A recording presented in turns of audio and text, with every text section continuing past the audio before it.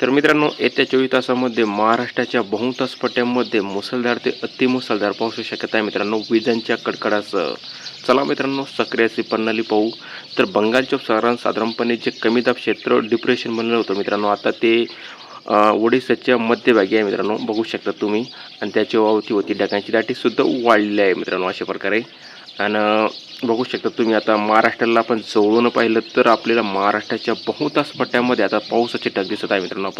तर आपण बघू शकता विदर्भाच्या संपूर्ण पट्ट्यामध्ये आज आपल्याला विजांसह पाऊस सक्रिय झालेला आहे मित्रांनो. कोकण किनारपट्टीला सुद्धा चांगल्या प्रकारचा पावसाचे ढग दिसत आहे. चला मित्रांनो, बघूया IMDच्या मॉडेलनुसार. तर आपण बघू शकता साधारणपणे या ठिकाणी कमी दाब क्षेत्र आहे मित्रांनो, आणि याचा साधारणपणे मार्ग असू शकतो. अशा प्रकारे आपल्या मध्य प्रदेश आणि विदर्भाच्या लगतवर्ती सीमावर्ती भागामध्ये जाणारी आहे. त्याच्यामुळे आता विदर्भ आणि मराठवाडा आणि मध्य महाराष्ट्राच्या बहुतांश पट्ट्यामध्ये विजांच्या कडकडासह पाऊस पडण्याची शक्यता मित्रांनो पुढील 24 तासामध्ये. तर आपण बघू शकता, तर आपण मॅपला जवळून पाहिलं तर आपल्याला विदर्भ,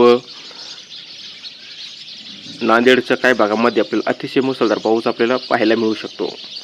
चला मित्रांनो, नकाशाप्रमाणे आपण अंदाज पाहू पुढील 24 तासाचा.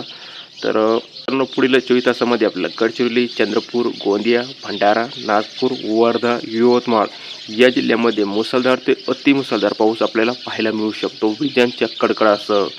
तर नांदेड, लातूर, बीड, परभणी, हिंगोली, वाशिम, बुलढाणा, अमरावती, अकोला, जालना, छत्रपती संभाजीनगर, जळगाव या पट्ट्यामध्ये सुद्धा आपल्याला मुसळधार पाऊस आपल्याला पाहायला मिळणार. तर सोलापूर, सांगली, सातारा, एल्बेनगर, पुणेचे पूर्व भाग, नाशिकचे पूर्व भाग, धुळे, नंदुरबार या जिल्ह्यामध्ये सुद्धा आपल्याला हलक्या मध्यम तर तुरळक ठिकाणी जोरदार पावसाची शक्यता असणार मित्रांनो. कोकण किनारपट्टीला सुद्धा आपल्याला मुसळधार पाऊस आपल्याला पाहायला मिळू शकतो मित्रांनो. खास करून सिंधुदुर्ग, रत्नागिरी भागामध्ये अतिशय मुसळधार पाऊस आपल्याला पाहायला मिळणार. संपूर्ण घाटमाथ्यावर आपल्याला चांगलाच पाऊस दिसत आहे. तर एकंदरीत संपूर्ण महाराष्ट्रात आता पावसाची शक्यता वाढणार मित्रांनो पुढील 24 तासामध्ये. तर सध्याकरता इतकंच. रोजची अपडेट बघण्यासाठी आपल्या चॅनलला सबस्क्राईब करून सोबत बेल आयकॉनला प्रेस करायला अजिबात विसरू नका. धन्यवाद.